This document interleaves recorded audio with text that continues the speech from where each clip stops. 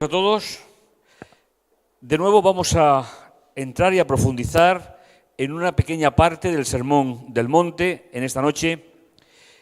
Vamos a ver dos pequeñas secciones que se encuentran en el capítulo 5, pero antes os invito a que podamos recordar un poco algunas de las ideas que hemos estado viendo, sobre todo la superioridad del mensaje moral de Jesús sobre la moralidad religiosa que había en aquella época. Si recordáis, mirando en el capítulo 5 hacia el principio, os doy ahora mismo el texto,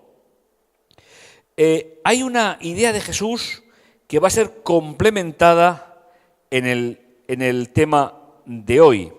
Es el versículo 20 del capítulo 5. Dice: porque os digo que si vuestra justicia no es mayor que la de los escribas y fariseos, no entraréis en el reino de los cielos. A partir de esta declaración vienen esas 6 sentencias que hemos estado viendo, que estamos viendo. Hoy vamos a ver las 2 últimas, que tienen que ver con una afirmación de Jesús que dice que Él no vino a abolir la ley y los profetas, es decir, es el término empleado en la época para la Biblia que ellos tenían. No olvidéis que cuando Jesús hablaba, enseñaba o sanaba, no había ni un solo libro escrito del Nuevo Testamento, por tanto siempre se referirá a la Biblia que utilizó para sus encuentros espirituales, y Él dice que no vino a abolirla, sino que vino a situarla en su propio contexto.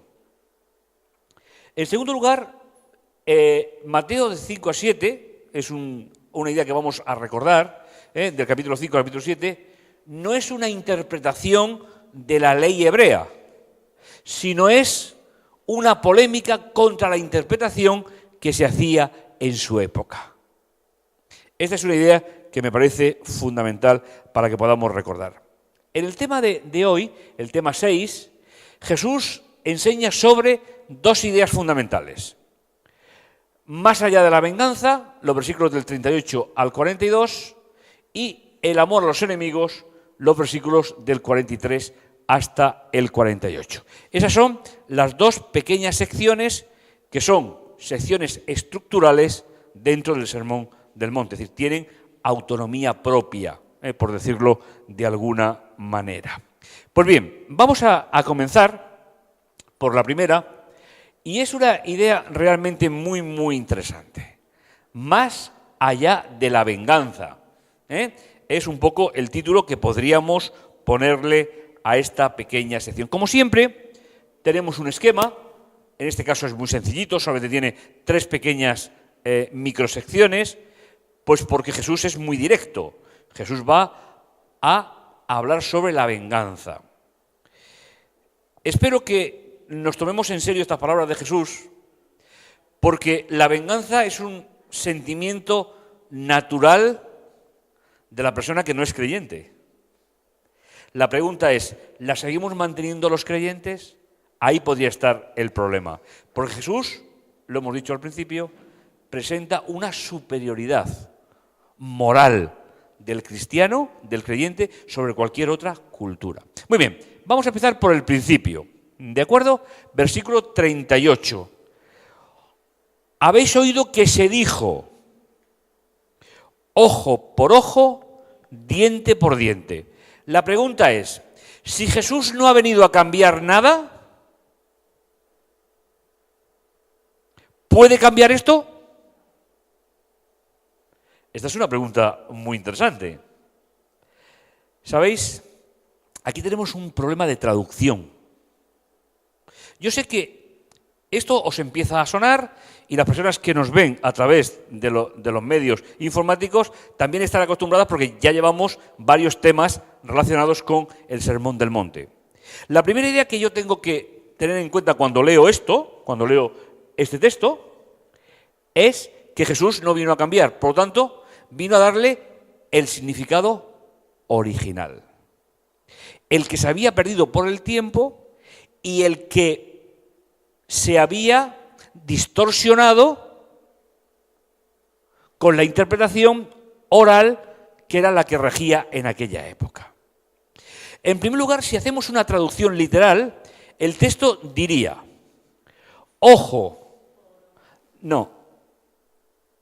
debajo de ojo y diente debajo de diente. Esa sería la traducción literal. Claro, la cara que ponéis de sorpresa no me extraña, si siempre lo hemos leído de una manera determinada. ¿Sabéis? Jesús está diciendo que la Biblia fue, a través de estas palabras que están en boca de Yahvé, están en la Torá, instituyó en la primera compañía de seguros. Jesús está hablando de no ir más allá de la venganza. Y que solamente estaba permitido, ya que no podía cambiar completamente la fisonomía de ese pueblo. Era un pueblo que había salido de Egipto, era un pueblo que eran esclavos, era un pueblo que no sabía nada más que hablar de venganza. ¿Por qué digo que se inventó la primera compañía de seguros? Porque no se permitía ir más allá de la afrenta que se había realizado. Está protegiendo al ser humano. Claro, una lectura descontextualizada nos lleva a que, bueno, ojo por ojo, diente por diente. Pero a que no es lo mismo decir, cuidado, diente como mucho diente, ojo como mucho ojo, pero ese es el máximo. No quiere decir que el creyente tenga que llegar nunca al máximo, sino que Dios tiene los medios necesarios ¿para qué? Para restituir el verdadero sentido.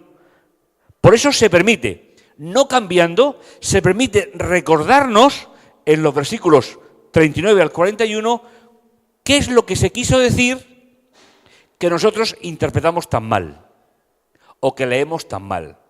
Jesús quiso decir lo siguiente, versículo 39, pero yo os digo, no resistáis al mal, antes bien, al que te abofetee en la mejilla derecha, ofrécele también la otra. ¿Veis? Es decir, Jesús está diciendo, el límite es ojo por debajo de ojo o diente por debajo de diente. Pero el verdadero creyente no tiene que llegar ni tan siquiera a ese nivel de agresión. ¿Le está dando el verdadero sentido? Le está dando el verdadero sentido.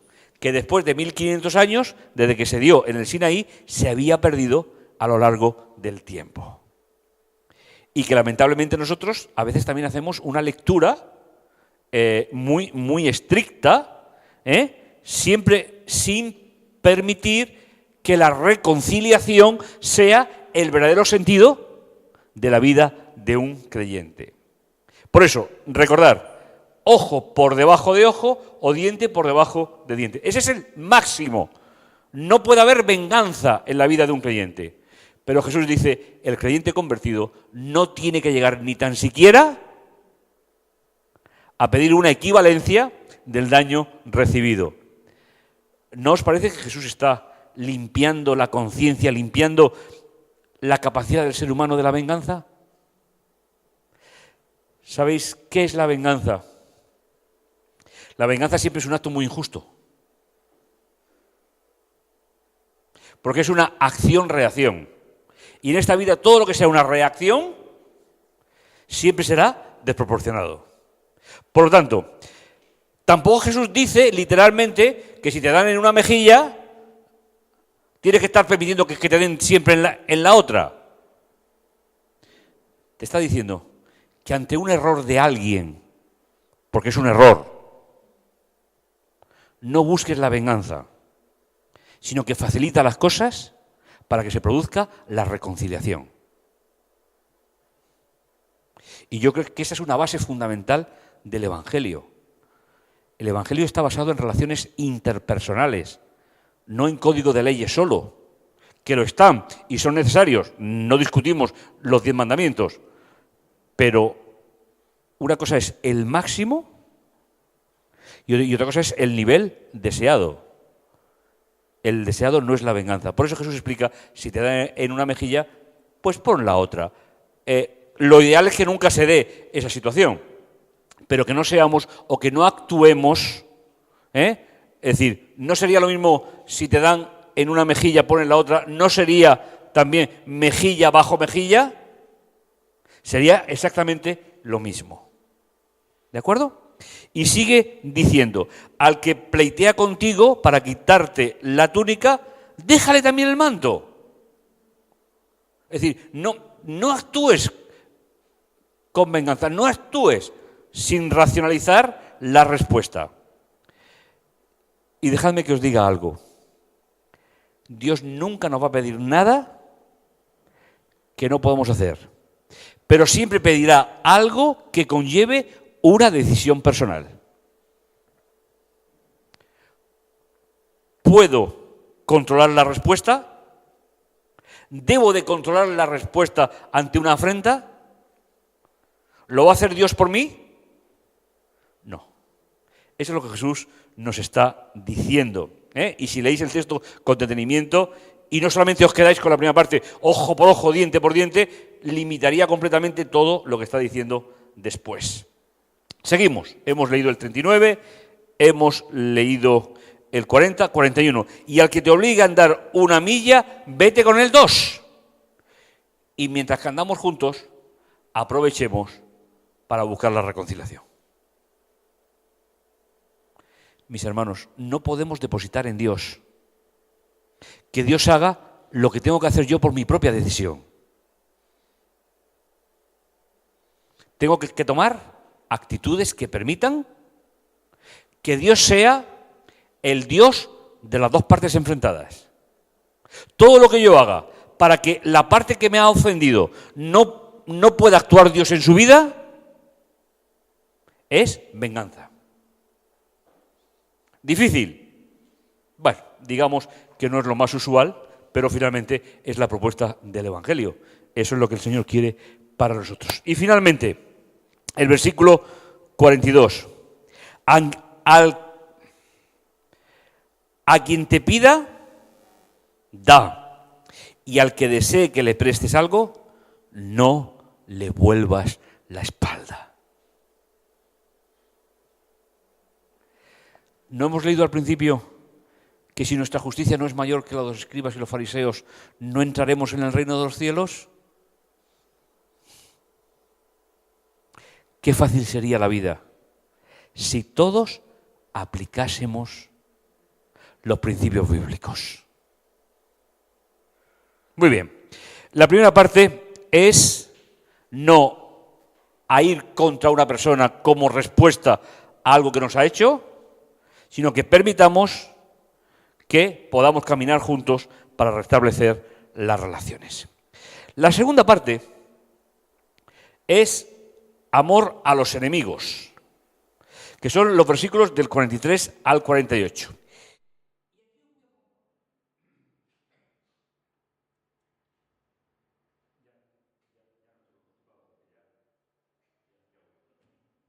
Aquí os voy a proponer que os convirtáis en traductores de la Biblia. ¿Vale? Fijaos. Tenemos una estructura muy bonita, ya sabéis que soy un enamorado de ellas, que tiene un centro que dice, ¿cuál es el objetivo de amar a los enemigos? Para que seáis hijos de vuestro Padre. Vamos a analizar un poquito y luego cuando lleguemos al versículo 38, perdón, y luego cuando lleguemos al versículo 48, os voy a proponer que traduzcamos el texto juntos. A ver qué os parece, ¿vale? Fijaos, dice el versículo 43, oísteis que se dijo, amarás. ¿Dónde se ha dicho eso? ¿Dónde está eso en la Biblia? No está.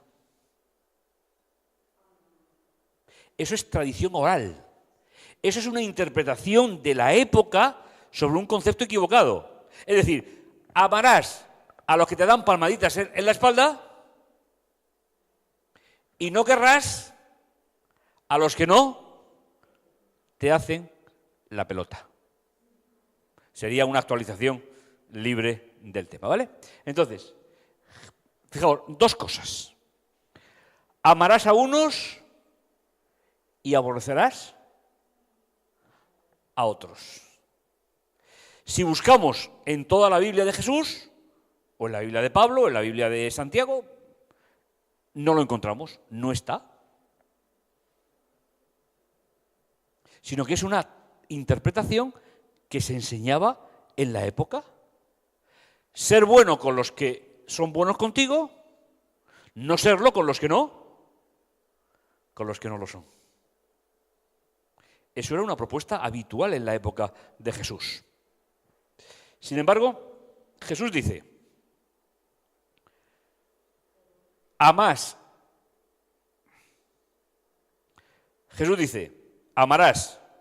y amad, sigue siendo igual, pero luego dice, aborrecerás, dice, bendecir. Ahí es donde se cambia la idea. Versículo 44. Pero yo os digo, amad a vuestros enemigos y rogad,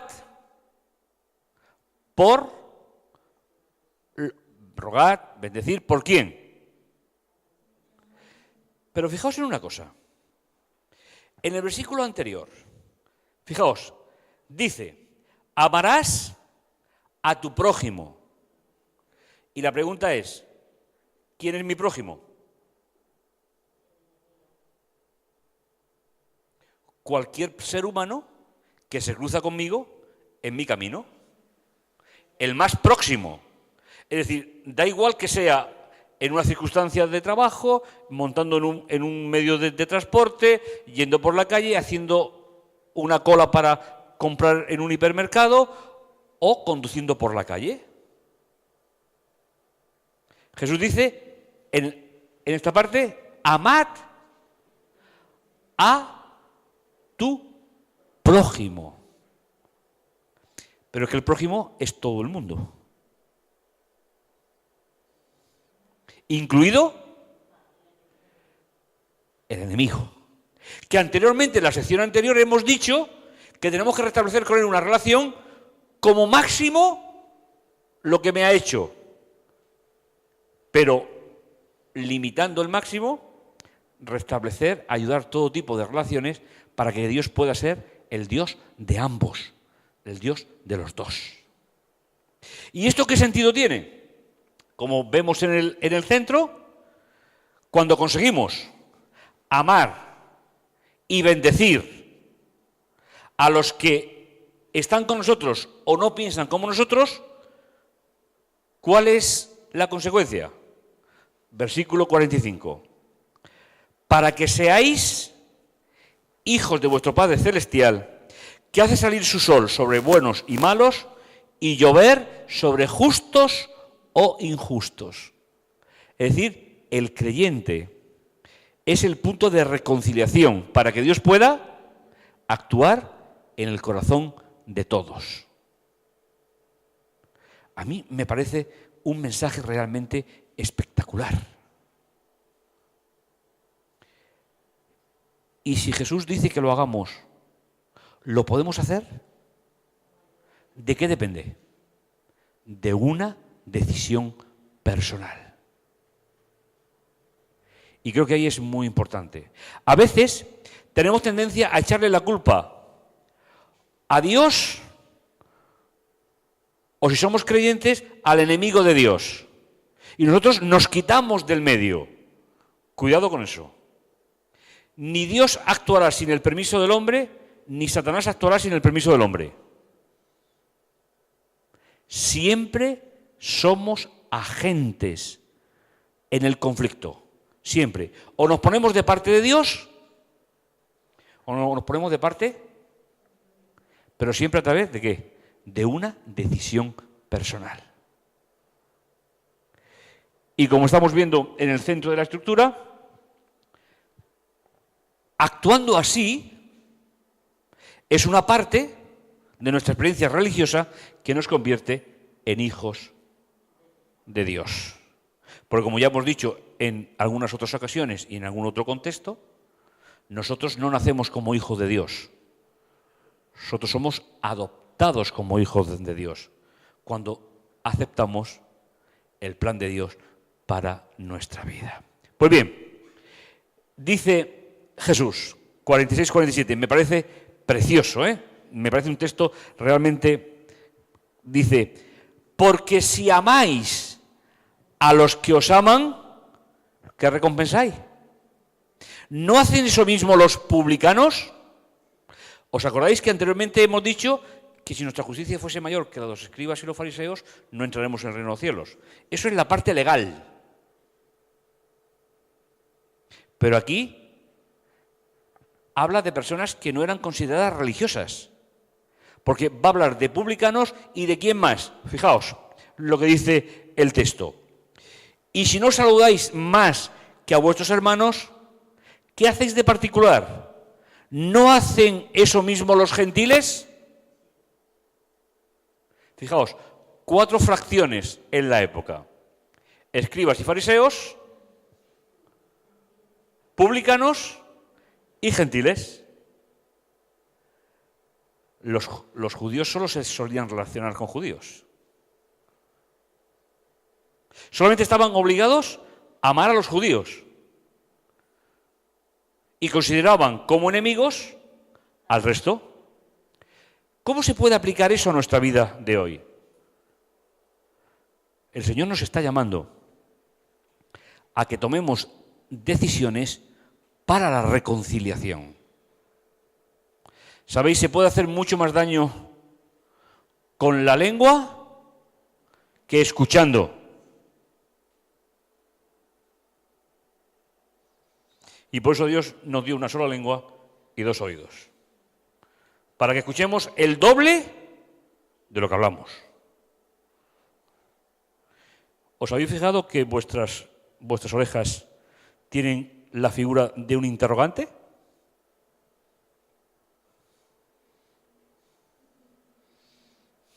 ¿Sabéis? Hay todo un tratado judío que habla del interrogante del oído. Es un interrogante. Miradlo. Hay todo un tratado donde los judíos de la época un poquito más posterior a Jesús, donde hablan del interrogante del oído. ¿Qué escuchas y cómo escuchas a la persona que está delante de ti? Una sola boca, y suficiente a veces, y 2 oídos, con 2 interrogantes. ¿Qué escuchas y con qué intención escuchas a la persona que habla contigo? Me parece algo muy ingenioso de esa literatura judía que es tan abundante y realmente maravillosa. No lo olvidéis. Una sola boca, y si está cerrada no entran moscas, y 2 oídos, con un interrogante cada uno, para que sepamos qué escuchamos y para qué escuchamos. Eso es lo que Jesús nos está diciendo. Versículo 47, lo vuelvo a leer. Y si no saludáis más que a vuestros hermanos, ¿qué hacéis de particular? ¿No hacen eso mismo también los que no son creyentes? ¿Cómo tenemos que tratar a amigos y enemigos? Y todo eso se resume en una propuesta que me gustaría que me ayudaseis a traducir el texto. ¿Vale? Porque así nos dirá a cada uno la conclusión de Jesús. Ya sabéis que estamos leyendo una traducción. Y la traducción es una opción de la persona que traduce. Fijaos, el versículo 48 se suele traducir por perfectos como vuestro Padre Celestial es perfecto. Pero fijaos, yo os propongo que hagamos un pequeño ejercicio práctico. La palabra original significa, escuchar, está aquí, significa perfecto, sin defecto, completo, plenamente desarrollado, maduro, habiendo obtenido la culminación o propósito. A ver, ¿cómo traduciríais la primera? Es decir, a ver, hay que optar. Hay que tomar una decisión cómo traducimos el texto. Porque perfecto es un término que puede inducirnos a error. A ver, mirad las posibles traducciones. Quedaros con la vuestra, con la que más os gusta. Porque traducir es esto, ¿eh? Traducir es coger todo el campo semántico de un término y elegir cuál utilizo. ¿No lo habéis hecho nunca? Son experiencias nuevas, ¿no? Y a los que nos ven por internet también les invito a que no coincidan con nuestra apreciación, sino que aporten también la suya cuando vean en su tablet, en su ordenador, cuando vean la propuesta. Repito, el término que se traduce por ser perfectos aquí y aquí puede ser perfecto, sin defecto, completo, plenamente desarrollado, maduro, habiendo obtenido la culminación o el propósito. ¿Alguno de vosotros se atreve a hacer una propuesta? Tenemos dos. A ver, una propuesta.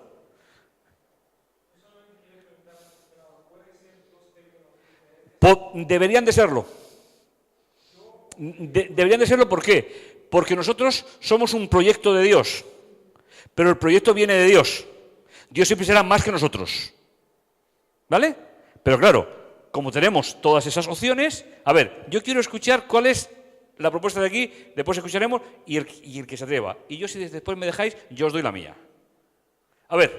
La mía sería, nosotros pues, ser plenamente desarrollados, como vuestro Padre Celestial es completo. La compartiría al 100%. Vosotros, ser plenamente desarrollados.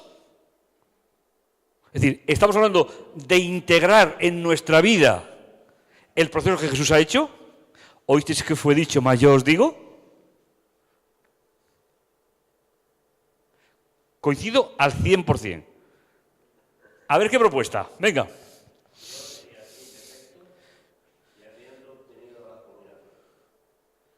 ¿Sin defecto aquí?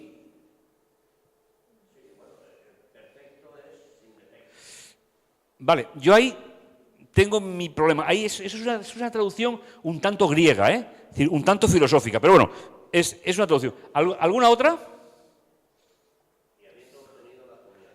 Y habiendo obtenido la culminación. ¿Alguna otra? ¿Os atrevéis? Para mí, es una opción. Voy muy cerca de la que tú has planteado. Vosotros, pues, plenamente desarrollados, como vuestro Padre Celestial es perfecto. Para marcar la diferencia entre el Creador y la criatura creada. Pero la tuya me parece fantástica. ¿Veis el privilegio que tenemos de ser intérpretes personales de la palabra de Dios? Si nos quedamos con la que normalmente hacemos, esto crea muchísimas disfunciones. Porque el concepto perfecto tiene todo un campo semántico e ideológico que está más cerca del mundo griego que del mundo semita. Habría que explicarlo. Sin embargo, cuando nosotros cogemos las 6 hipótesis de Jesús, oísteis que fue dicho, mas yo os digo. ¿Eso qué es? Es un proceso de maduración. Es un proceso de alcanzar la plenitud a través de decisiones personales,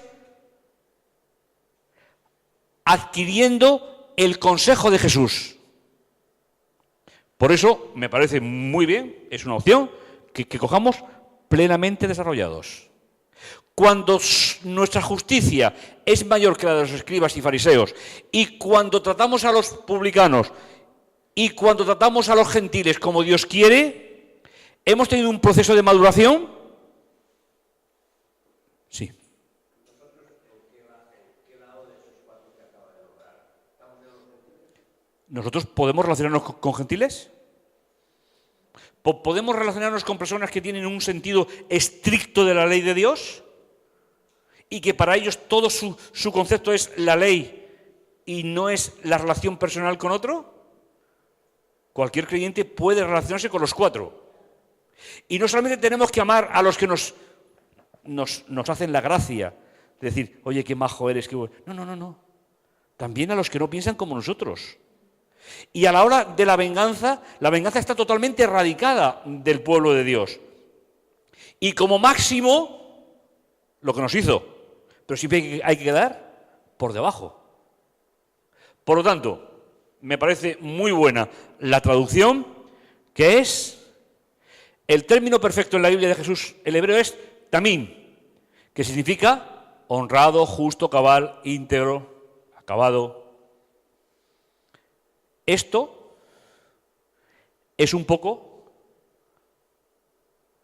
diferente a lo que significa el término griego. También significa perfecto, claro, pero a mí me gusta mucho esa idea de plenamente desarrollado.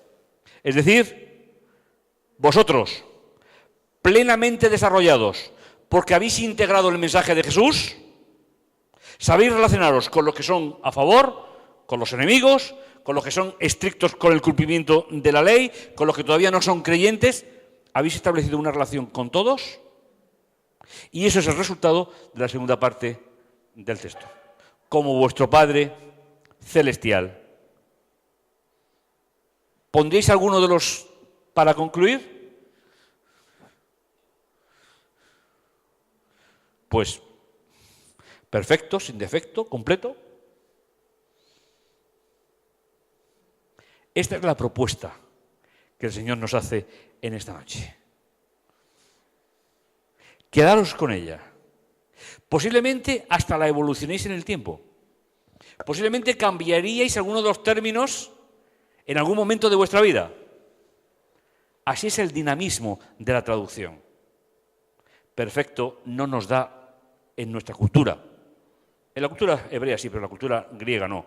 No nos da el sentido de la decisión personal constante para aplicarle a los demás lo que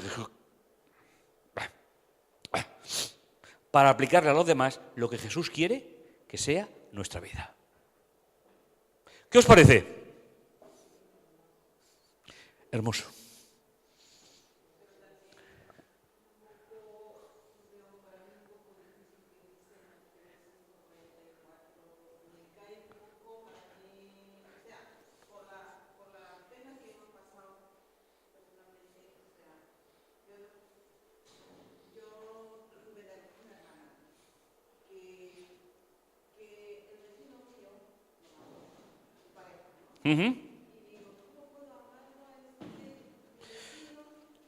A ver.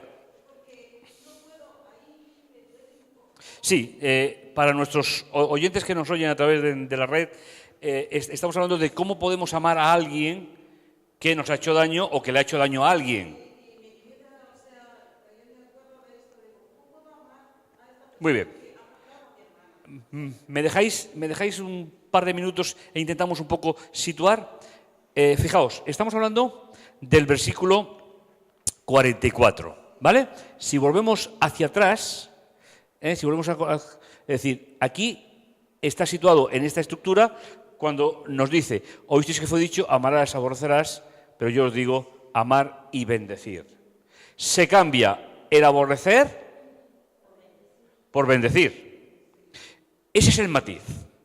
Pero además, el término que aparece aquí por amor, si es un verbo sería el verbo agapao, si es un sustantivo sería ágape. En la Biblia es un término muy especial y que me gustaría que pudiésemos comprenderlo en esta noche para compartirlo. El amor en la Biblia es el amor inteligente. Es el amor que no espera una respuesta del otro. Por ejemplo, un texto que conocéis prácticamente de memoria. Estoy seguro. Dice, porque de tal manera amó Dios al mundo, más tenga. Fijaos, el término amor, el término ágape, sustantivo, o agapao, verbo, se utiliza aquí y se utiliza en Juan 3:16. Y yo creo que la obra de Jesús es la parte más especial para que entendamos el sentido de amor bíblico. Jesús vino a la tierra por un proyecto, no por una respuesta del ser humano. Es decir, ¿podía haber sido rechazado por toda la humanidad? Sí. Son decisiones personales. Pero el amor bíblico, que no es el amor fíleo, sabéis que hay una iglesia en Apocalipsis que se llama Iglesia de Filadelfia, la iglesia de la amistad, no del amor, de la amistad. En la Biblia el término ágape significa establecer una relación con los demás desde el punto de vista de la inteligencia, del proyecto. Lo mismo que Jesús vino a este mundo, porque era un proyecto diseñado desde la eternidad. Y el ser humano es el destinatario, pero no es el que participa, o lo recibe o lo rechaza. Nuestra relación con nuestros enemigos tiene que ser igual. Tiene que ser igual. Es decir, ya hemos hablado no a la venganza, ojo bajo ojo, diente bajo diente, es decir, más abajo de eso. Y ahora Jesús dice, la relación con aquellos que son tus enemigos, es verdad que no puede ser filial, es decir, no puede ser cariñosa, pero tiene que ser a partir de un proyecto. Y el proyecto lo diseño yo, con Jesús en mi vida. Tengo que tener un proyecto para aquellos que han dejado de tener una buena relación conmigo porque hemos tenido un problema en el camino. Por eso, como hemos leído en el texto, ya para concluir, hemos llegado a una conclusión o una hipótesis. Vosotros, pues, plenamente desarrollados, hemos desarrollado el mensaje de salvación, hemos desarrollado el proyecto de Jesús en nuestra vida. Como vuestro Padre es perfecto, maduro o ha llegado a la culminación de la relación con nosotros, es decir, que te permite toda esa variedad de matices, de sabores literarios que permiten que el texto tenga un significado especial para nuestra vida.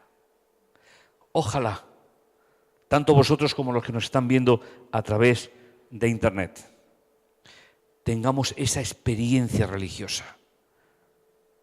No podremos llegar a ser maduros o plenamente desarrollados si no integramos el proyecto de Jesús en nuestra vida. Y eso es ser cristiano, y eso es esperar el regreso de Jesús. Que el Señor os bendiga también a vosotros y nos encontramos en el próximo vídeo.